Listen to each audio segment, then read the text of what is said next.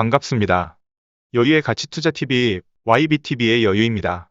시장이 폭락하거나 말거나 좋은 회사의 주식을 싼 값에 사서 보유하고 있는 가치투자자들은 걱정할 게 없습니다. 주식의 바닥을 정확히 잡을 확률이 얼마나 될까요?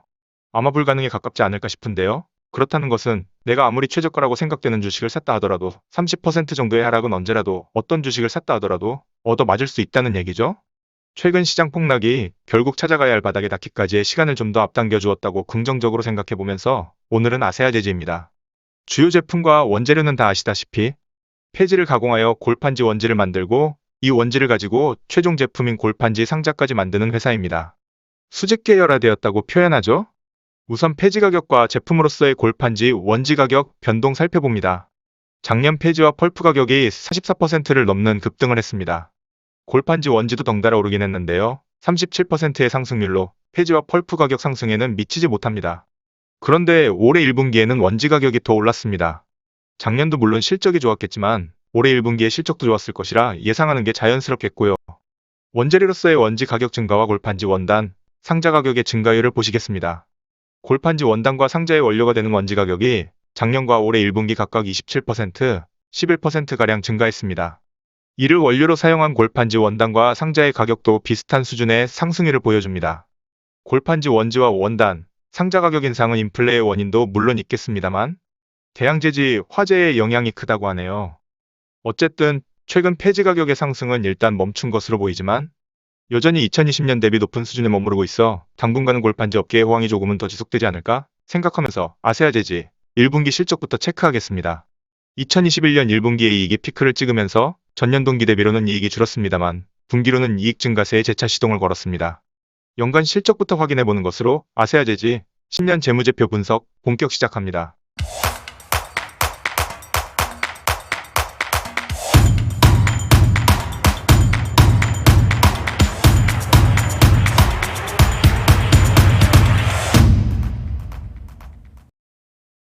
(10년) 매출, 이익 차트입니다. 눈에 띄는 것은 2018년도의 이익 급증입니다.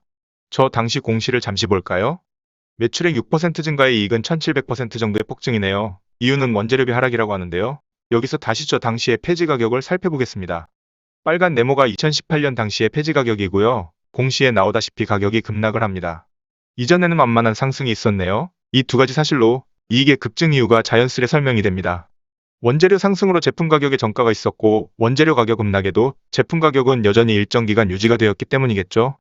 지금 오르고 있는 폐지 가격과 이에 연동되어 원지, 원단, 상자 가격 모두 오르고 있는데 저 때처럼 폐지 가격이 뚝 떨어진다면 골판지 업체의 이익은 또 폭등하겠네요. 근데 지금은 전 세계적인 인플레 때문에 쉽사리 원재료 가격이 하락하진 않을 것 같습니다. 10년 현금 흐름표 보시겠습니다. 영업현금이 지속적 흑자를 유지하고 있습니다.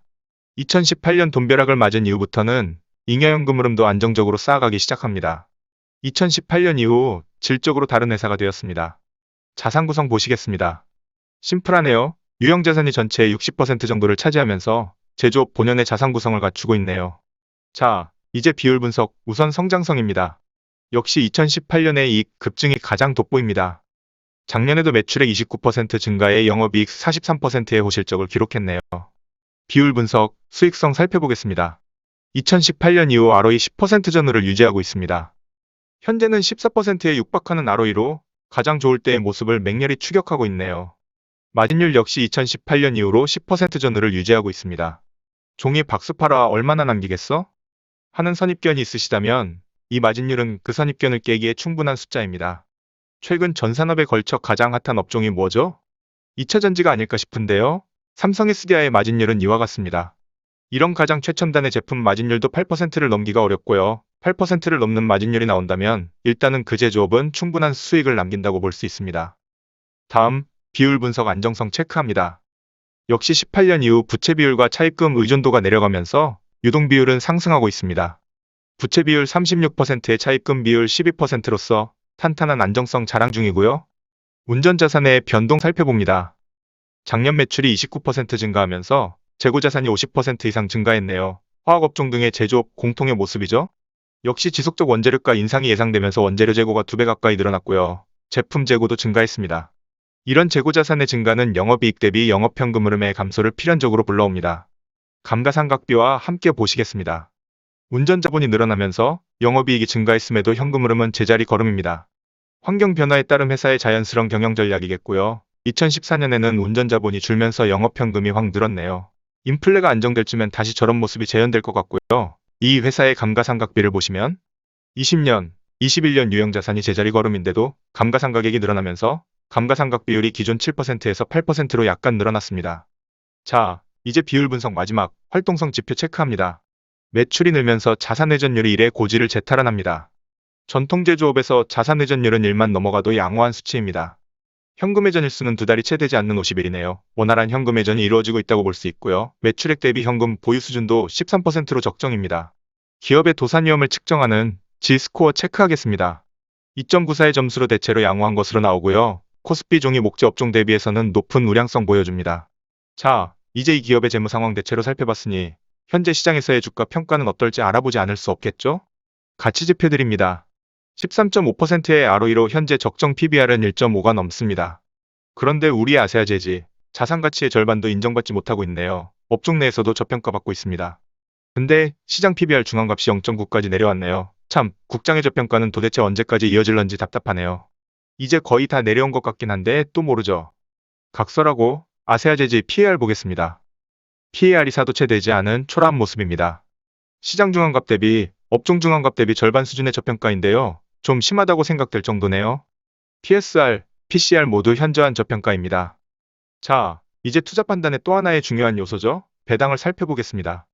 배당이 아예 없다면 이런 저평가가 이해될 만도 합니다만 주가 때문에 배당 수익률이 연간으로 줄어드는 것처럼 보이지만 이 기업은 당기순이익에 딱 비례해서 배당을 주고 있습니다. 올해 초 배당이 발표될 시점의 수익률은 1.7%지만 현재 주가가 많이 하락했기 때문에 현 시가 배당률은 2.4%로 최근 몇 년간 가장 높은 수준까지 올라왔습니다. 자, 이제 밸류에이션 차례입니다. 대충 싸다는 것은 알겠는데 어느 정도의 적정가가 산출되어 나왔는지 우선 장부상 이익을 기준으로 하는 에스림입니다. 최근 실적에 좀 더 가중치를 둔 가중평균 ROE 11.4% 기준 10만원 정도의 적정가가 나왔네요. 현재가 대비 170%가 넘은 상승여력을 보유할 정도의 초저평가입니다. 다음, 현금 흐름표의 잉여연금을 기준한 DCF 밸류에이션입니다. 사실 이 회사의 2017년 이전의 잉여연금은 그리 안정적인 수준이 아니었죠? 2018년 이후에도 800억과 300억을 오가는 큰 편차를 보여줍니다. 최근 2년의 잉여연금은 500억 정도로 다소 안정이 된 듯하지만 아직까진 DCF 밸류에이션이 그리 믿을 만한 것 같지는 않습니다. 하지만 현재 잉여연금을 380억 정도로 보고 향후 10년간 매년 3.5%씩 늘려간다는 가정에는 큰 무리가 없을 것 같고요. 이런 가정으로 평가한 당사의 적정가는 75,000원으로 현 주가 대비 100% 이상의 상승 여력이 있습니다. 어떻게 봐도 확연한 저평가입니다. 자, 이제 기업 간 지표 비교를 해보겠습니다. 골판지 업계의 빅3죠? 신대양제지와 태림포장과의 비교입니다. 매출액과 영업이익에서 작년 아세아제지가 가장 큰 규모를 자랑합니다. 영업마진율에 있어서도 10% 정도로 신대양제지의 8%, 태림포장의 4%를 가볍게 제압하고 있습니다. 이익의 증가는 태림포장이 월등합니다. 영업이익 216% 증가를 시현했습니다. 차입금과 ROE 비교입니다. 태림포장은 24%의 높은 차입금 비율에도 ROE는 5%뿐이 안 됩니다. 이 부분에서 아세아제지가 차입금 의존도 12%, ROE 14%로 내실과 수익성을 동시에 갖추고 있습니다. 이런 퀄리티 지표에서 다방면의 우위를 보이고 있는 아세아제지, 가치 지표에서는 오히려 더한 저평가를 받고 있습니다.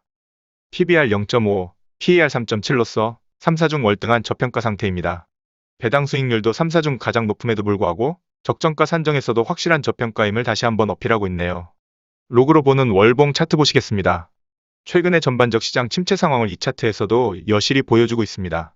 이 차트를 유심히 보시면 2012년 이후 일종의 규칙성이 보이죠? 찾으셨나요? 연두색 60월선을 약간 하회하면 그때부터 주가의 본격 상승이 시작되는 패턴이 반복되고 있습니다.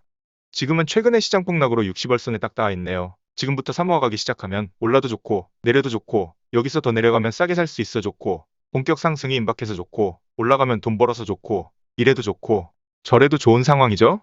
무릇 투자란 이런 여유를 가지고 시간을 내 편으로 삼으면 저절로 돈이 들어오게 되는 시스템으로 해야 된다는 것을 다시 한번 상기하시면서 이상 아세아제지였습니다. 아시죠? 구독, 좋아요, 알림 설정